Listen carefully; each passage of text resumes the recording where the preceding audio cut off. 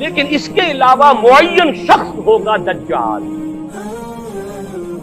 یہ معین شخص جو دجال ہوگا اس کے بارے میں بھی ایک تو بالکل متفق علیہ چیزیں ہیں. نمبر ایک کہ وہ شخص ہے، قطعی ہے، یقینی ہے، اس کا حلیہ بھی حضور صلی اللہ علیہ وسلم نے احادیث کے اندر بیان کیا. دوسری بات یہ کہ اس کے ہاتھ میں قوانین قدرت، گویا کہ تسخیر کائنات، گویا کہ نقطۂ عروج کو پہنچ چکی. تمام اختیارات الہی تقریباً اس کے ہاتھ میں آ چکے ہوں. جو بڑے سے بڑے معجزے اللہ تعالیٰ نے نبیوں کو دیے ہیں وہ معجزے کر کے دکھائے گا. وہ مردہ کو زندہ کرے گا، مردہ لوگوں کی افواہوں کو لے کر آئے گا، ان کی روحوں کو، اگرچہ جھوٹی روحیں ہوں گی، وہ شیاطین جن ہوں گے جو ان کا بھیس بدل کر آئیں گے، لیکن یہ کہ وہ لوگوں سے کلام کریں گے. یہ اسپرچولیزم جو اپنی انتہا کو پہنچا ہوا ہے یورپ میں اور مغرب میں، یہ در حقیقت اسی کا ایک مظہر ہے. وہ کھلے بیابان کو کہے گا جہاں بالکل ڈٹیل جو ہے وہ صحرا تھا، وہ لوگ گلزار کر دے گا جب چاہے گا جہاں چاہے گا بارش برسائے گا. فاصلہ اس کے لیے بے معنی ہوگا. اس کی سواری وہ ہوگی کہ جس کے دونوں کانوں کے درمیان فاصلہ 80 ہاتھ کا ہوگا. یہ سارے جو آج آپ کی ٹیکنالوجی کی جو انتہا جا رہی ہے اور جدھر جا رہی ہے، اس کو اچھی طرح سمجھیے. آج سے 100 سال پہلے شاید انسان ان چیزوں کا تصور نہ کر سکتا. تو کوئی سواری ایسی بھی ہو سکتی ہے جس کے دو کانوں کے درمیان کا فاصلہ جو ہے وہ 80 ہاتھ کا ہوگا. آپ کے یہ سارے جیٹس جو ہیں وہ کیا ہیں؟ ان کے رڈارز جو لگے ہوئے ہیں، دونوں کان. اس کا ایک قدم اگر مدینے ہوگا تو دوسرا بیت المقدس میں ہوگا.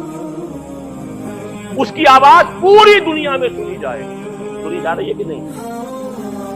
یہ ساری قدرت، ساری قوتیں، تسخیر کائنات کلیتاً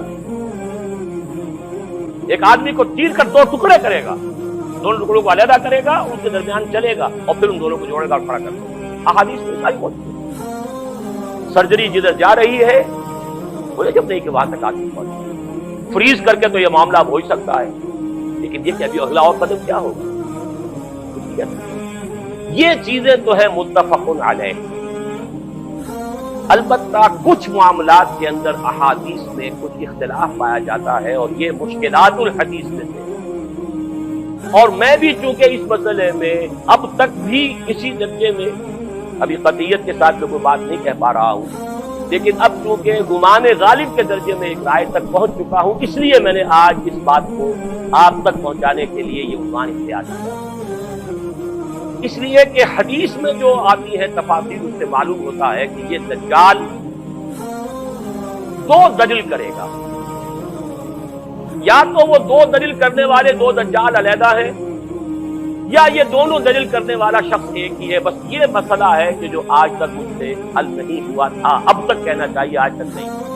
اور یہ اس میں علماء سے بھی گفتگو ہوئی ہے، اور جن لوگوں نے اس مفہوم موضوعات پر اپنا وقت لگایا ہے ان سے بھی گفتگو ہوئی ہے، تو وہ بھی اس مسئلے کو حل کرنے سے تاحال قاصر نہیں. لیکن یہ کہ اب میری رائے یہ ہے کہ یہ 2 شخص علیحدہ علیحدہ، واللہ عالم. لیکن ایک رائے تک میں پہنچ چکا ہوں، اس لیے وہ رائے آپ کے سامنے رکھ رہا ہوں، اور آپ کے ذریعے سے وہ آگے بھی پھیلے گی تو اہل علم کے ساتھ جو ہے اس معاملے کے اندر تبادلہ خیالات کی نوبت آئے گی انشاءاللہ. لیکن یہ کہ اس میں یہ بات قطعی اور یقینی ہے کہ اس طرح کا ایک شخص پیدا ہوگا. البتہ یہ کہ آیا وہ 2 ہوں گے 2 مختلف اوقات میں، یا ایک ہی ہوگا ایک ہی وقت میں، صرف اس میں اختلاف. میرے نزدیک وہ 2 ہوں گے.